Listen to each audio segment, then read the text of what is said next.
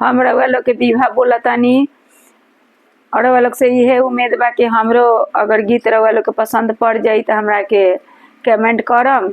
आ हम गा के एगो रउआ लोग के सोहर एगो गावतानी कि रउआ लोग के घर में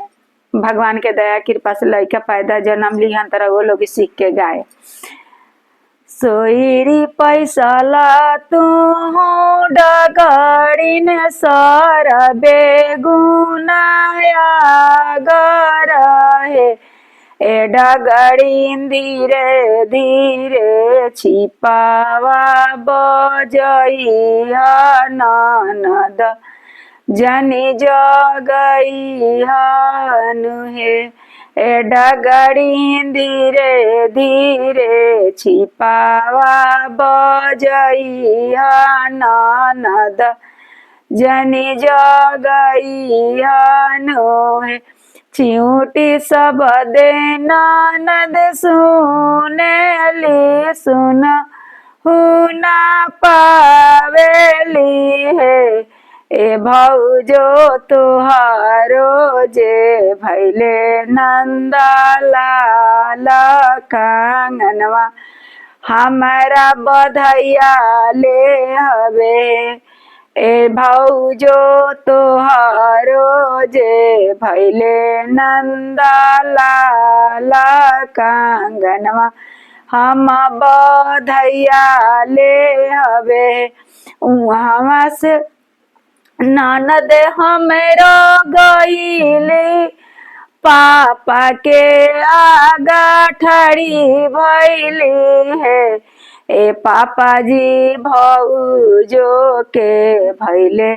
नंदा लाल कांगनवा हम बधैया ले हवे वहाँ से ससुर हमरो आइली चौकठिया धई के खड़ी भैनी है ए बहुआ देई दना हाथ के कांगनवा दुलारी धियावा पाहुन हे बहुआ देई दना हाथ के कांगनवा दुलारी धियावा पाहुन अब किरबल कहाँ माते जब नई हर रूसी जाए बहे ए ससुर जी नाही दिहबो हाथ के कांगनवा हमरो अम्मा दिहली है